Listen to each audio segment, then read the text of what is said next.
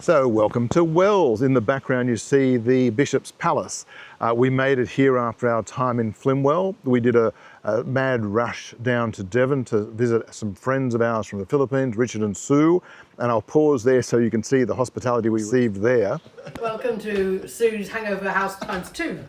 May I introduce you to tonight's banquet? I have made a chickpea with potato curry here, coconut and prawn curry, a mushroom curry with potato, coolers here, that's the hot spicy chutney.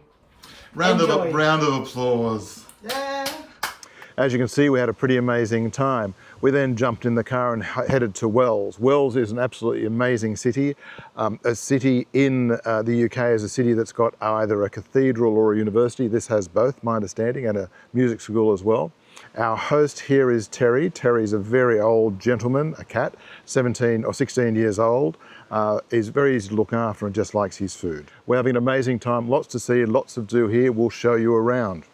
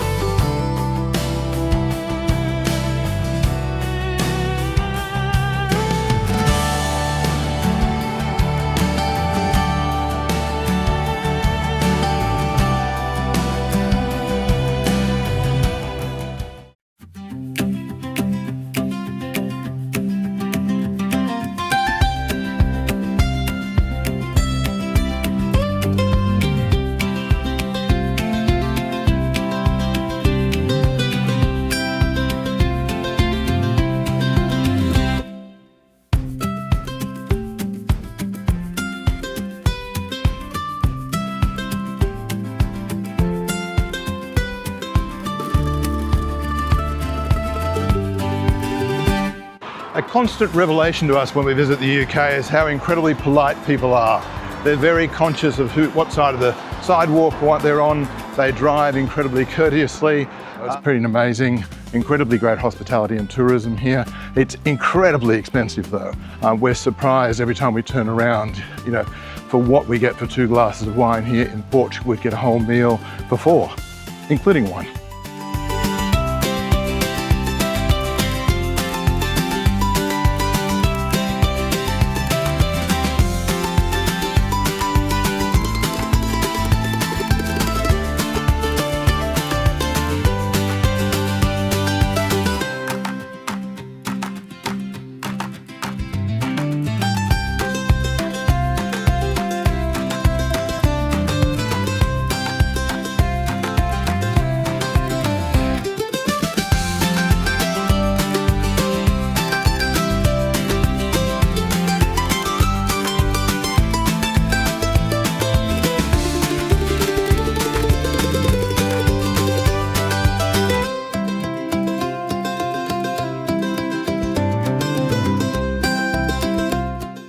So we hope you enjoyed that little taste of Wells. It's a beautiful town. We're very much enjoying it.